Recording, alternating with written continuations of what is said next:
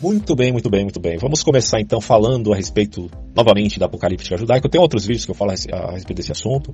É um tema que sempre me interessou bastante, ou seja, as influências, né, que marcaram o primeiro século, porque basicamente o primeiro século é o início ali, né, de todos os processos que envolvem a nossa civilização.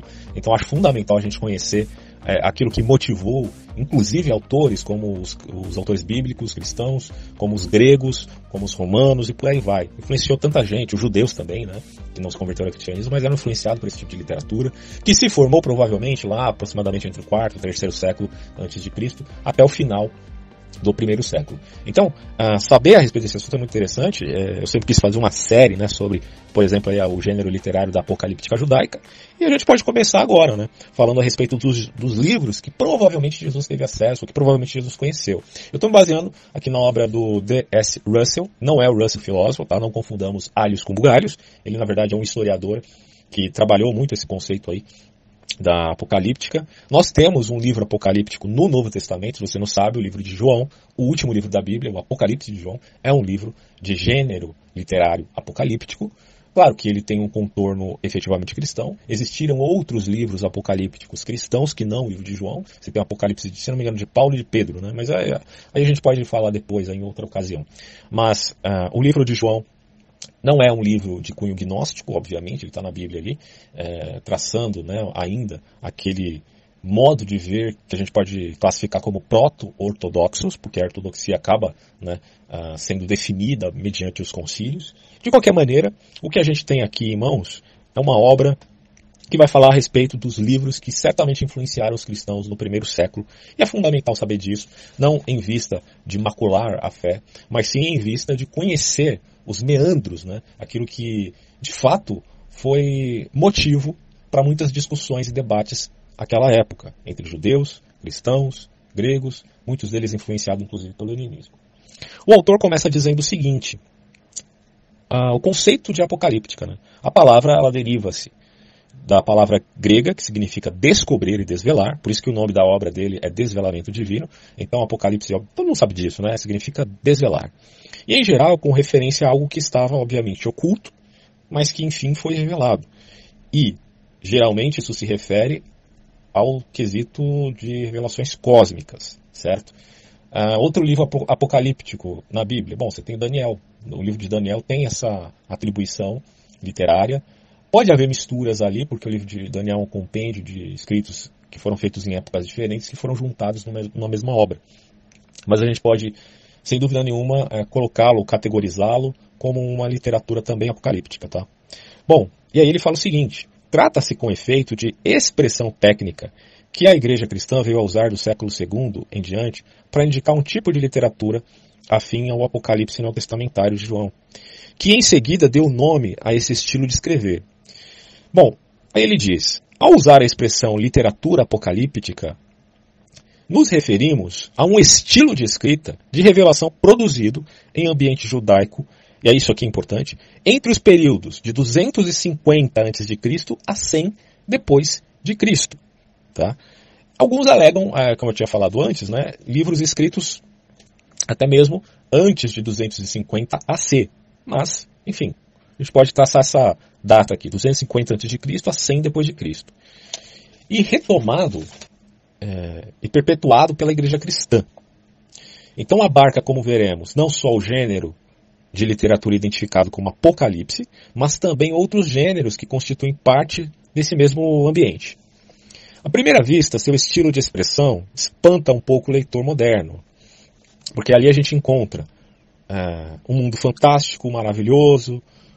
Geralmente parece muito com uma ficção onírica, né? Sonhos, visões, animais que brotam chifres, dragões, esguichando fogo, estrelas cadentes, cavaleiros misteriosos, montanhas místicas, rios sagrados, terremotos devastadores, gigantes terríveis, progenie demoníaca, nascimentos monstruosos, portentos no céu e na terra.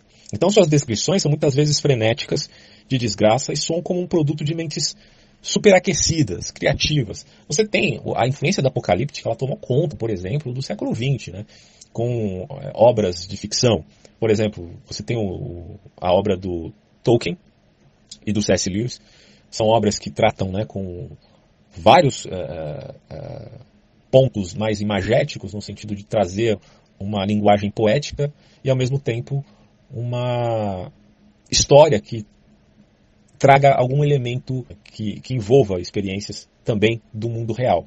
Então é uma mistura, uma miscelânea entre imagens oníricas, imagens criativas, mitologia, poética, juntamente com questões relativas à realidade, que não são necessariamente muito deflagradas, principalmente na obra do Tolkien. No C.S. Lewis você tem mais alguma coisa ali que se volta a um conceito moralizante. No Tolkien nem tanto, mas tem também, né?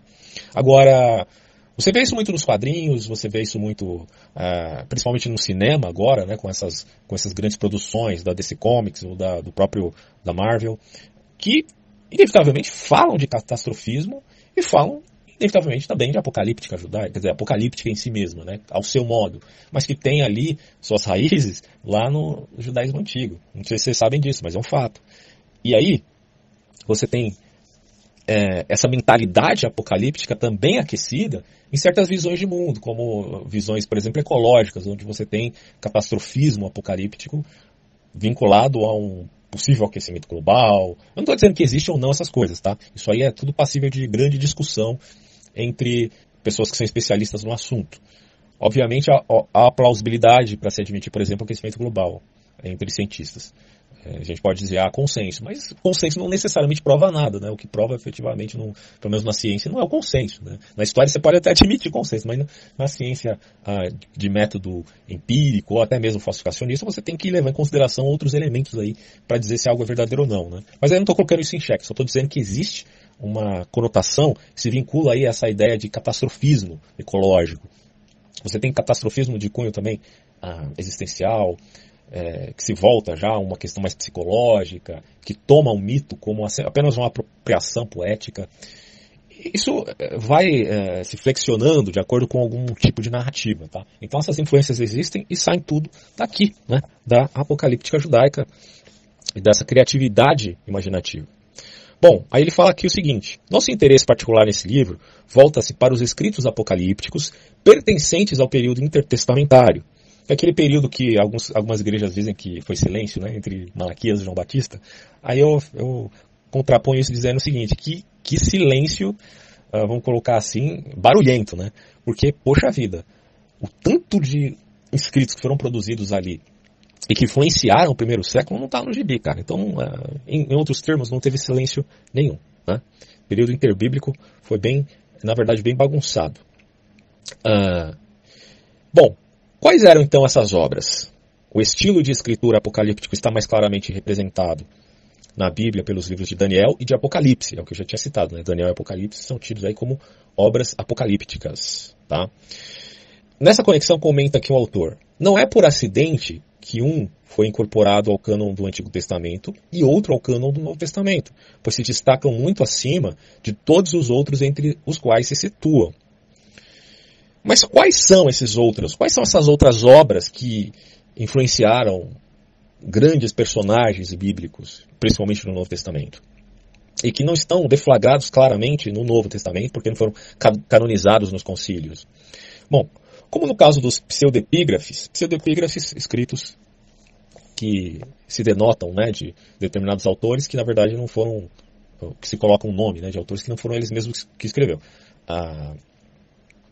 Por exemplo, Daniel, né? Muitos alegam que não foi Daniel mesmo que escreveu a obra e que foi atribuído a um determinado Daniel que teria sido um herói na história, né? Tido aí não só por judeus, mas como por outros povos.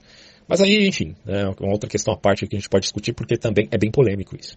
Mas ele vai dizer assim: esses pseudepígrafes em geral, assim também no caso dos escritos apocalípticos em particular, não existe lista concorde desses livros. A gente sabe que são vários. Os que talvez tenham a maior pretensão de serem reconhecidos como Apocalipse são os seguintes. Aí você tem, primeira, Enoque, que data do século 3 a.C., e aí tem variações, né, porque você tem cópias desses livros, então você tem aí até o século I depois de Cristo. Segunda, Enoque, que aí a segunda Enoque é um pouco diferente, tá? Ela não foi escrita logo em seguida. A gente geralmente data segunda Enoque do fim do século I. Só que antes de Cristo, tá? Fim do século I antes de Cristo. Então você pode ter uma diferença aí de um século, né? Considerando que o primeiro Enoque tenha sido escrito no século III e a segunda no século I. Você tem Apocalipse de Sofonias, que é do século I antes de Cristo, ao século I depois de Cristo. Você tem 2 Esdras e 4 Esdras também, cerca de 100 depois de Cristo. Esse aqui já foi escrito contemporâneo ou um pouco depois aí do movimento cristão, tá? Você tem 2 Baruque, que é do começo do século III depois de Cristo. É o Apocalipse siríaco de Baruque. Então isso aqui foi bem depois, né? Século III DC. E além desses, há outros escritos judaicos do período que, embora não sejam apocalipses, estão estreitamente relacionados com eles, tá?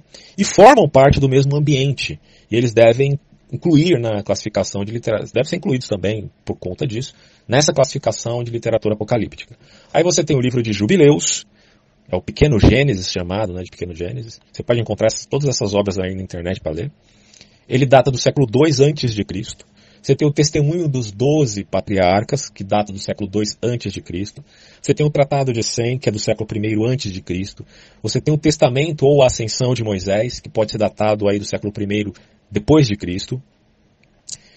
Há alegações de que existem referências da Ascensão de Moisés no Novo Testamento. Então, ou foi um pouquinho antes, ou foi contemporâneo, ou foi um pouco...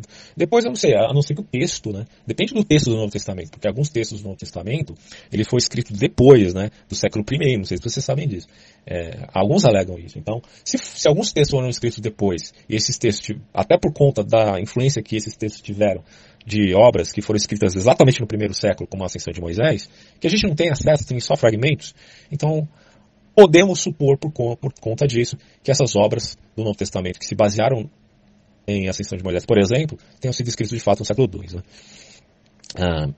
E cito aqui, por exemplo, a Epístola de Judas, que tem base no livro de Enoque, primeiro Enoque, aliás, cita ipsis literis, um trecho de Enoque, e você tem também algumas referências ali que alguns dizem, sem dúvida nenhuma, está se referindo aí. Na verdade, sem dúvida não, né? Possivelmente está se referindo à Ascensão de Moisés ou outros manuscritos apócrifos. Bom, a essa lista, podemos acrescentar, como já se sugeriu, material encontrado entre os manuscritos do Mar Morto. Então, basicamente, esses são os livros. Tem outros livros, obviamente, eclesiástico, enfim, que são de outro gênero, né, literário, mas que também influenciaram os pensadores, as pessoas que viveram no primeiro século, e possivelmente têm influenciado Jesus, também esses manuscritos aqui. Aí ele vai falar aqui da metodologia, até para a gente terminar esse vídeo, né? Ele diz assim: ao lado da produção prolífica das obras acadêmicas sobre os pseudepígrafes do Antigo Testamento, e não confundam, por favor, a tradição Nag Hammadi, daqueles textos gnósticos que foram encontrados nesse local, com os apócrifos do Antigo Testamento, certo? Que foram encontrados no Mar Morto. Não confundam essas obras, porque senão você vai fazer aí uma grande salada e vai confundir as coisas. Bom, então assim, os pseudepígrafes do Antigo Testamento em geral e Apocalipse judaicos em particular ocorrem novos métodos de análise que trouxeram mais luz sobre os próprios textos apocalípticos e também sobre o meio de que originalmente eles vieram. De particular importância, do ponto de vista da metodologia, foi a aplicação da análise literária e sociológica. Novas instituições, ou melhor, intuições, né, se ganharam como resultado sobre o sentido da apocalíptica e sobre a influência que eles deram no nascimento. Afinal, eles acreditavam, em vista da apocalíptica judaica, que aquilo era literal. É óbvio que quem escreveu a apocalíptica judaica, como, por exemplo, coloca uma figura de dragão, ele sabe que aquilo não é um dragão de verdade, mas que aquilo é um símbolo que representa uma coisa. Isso a gente sabe. Eu estou falando assim no sentido de, será que eles acreditavam objetivamente que haveriam concreções das suas previsões? Por exemplo, no Apocalipse de João, será que ele realmente acreditava que de fato uma cidade desceria do céu e que seria o templo de Deus na terra e todos os relatos que estão ali, né? A gente sabe que nem tudo é simbólico e que tem muito de simbólico, mas como fazer essa divisão? Uma pergunta aí a salientar, ou seja, o autor está dizendo aqui, ou perguntando, qual de fato é o sentido da apocalíptica judaica? Bom, a maioria dos estudiosos reconhecem a natureza provisória de seus achados, não menos em termos da origem histórica dos vários escritos e seu lugar dentro da cultura e dos tempos em que foram escritos. A investigação acadêmica voltou-se em anos recentes para numerosos problemas identificáveis nessa conexão. Um desses se relaciona com as reais origens da apocalíptica. Quando surgiu pela primeira vez e sob que circunstância e entre que pessoas, né, esse movimento literário surgiu ou emergiu. Qual é sua relação com a tradição profética e sapiencial do Antigo Testamento? Porque a gente sabe que nos profetas também existem pontos ali que a gente pode dizer que fazem referência a um fim do mundo, e portanto tem já um proto-apocalipsismo ali. Em seu uso da mitologia, deve-se entender, primariamente, em termos de cultura predominantemente israelita, ou por referência à influência estrangeira, quer dizer, será que teve influência dos grandes impérios, como por exemplo os persas, em primeiro lugar? Na verdade os babilônios em primeiro, depois os persas, e depois os gregos, aquela influência helênica, para que se fosse construída essa obra, ou foi uma influência puramente israelita? Essas perguntas serão feitas nessa obra aqui, obviamente eu não vou ler isso agora. E a essa altura voltamos a uma segunda questão, a definição de termos como apocalipse, apocalíptico e apocalipticismo, e escatologia apocalíptica, e o uso da análise literária como instrumento para identificar o que se chama literatura apocalíptica. Bom, eu vou terminar por aqui. Obviamente o estudo é extremamente mais complexo, vocês podem ter acesso a essa obra se estiver disponível, né? Eu não sei se já tem uma nova edição, mas é importantíssimo, né, a gente conhecer esse tipo de coisa, porque tem a ver com a estrutura da própria civilização ocidental. E para finalizar, o que eu poderia dizer, concluindo, né, toda essa narrativa, é de que sim, os autores do Novo Testamento não foram somente influenciados pela Septuaginta, não foram somente influenciados pelo Pentateuco e pelos Salmos, Provérbios e Profetas. Eles, sem dúvida nenhuma, tiveram acesso a esses textos apocalípticos, como eu acabei de citar aqui, primeira, segunda, Enoque, segunda Esdras, apesar que segunda Esdras ali pode ser um texto mais antigo, né?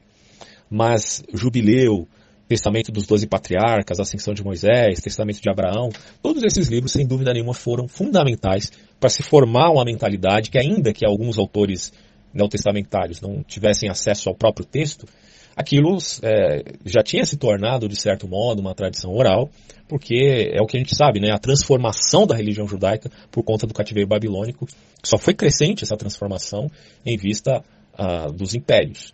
E a partir daí, no primeiro século, você já tem uma tradição formada com escritos formados, antigos, que alguém poderia dizer que já eram relativos a tradições muito mais antigas, e que na verdade não eram. Isso a gente sabe hoje porque a gente tem toda uma historiografia formada. Mas no primeiro século você não tinha, né, essa acuidade historiográfica. Você tem, claro, historiadores como Flávio Joséfo e vários outros, mas não no nível que nós temos hoje. Então, possivelmente, essa influência foi de tradição oral e acabou se tocando também, né, os judeus da época, os cristãos da época, os helenistas, né, os gregos e romanos também daquela época. E hoje a gente vê essa influência, como eu já disse, em várias obras de ficção no mundo inteiro e que, vamos combinar, são importantíssimas para explicar muita coisa, né, do cotidiano.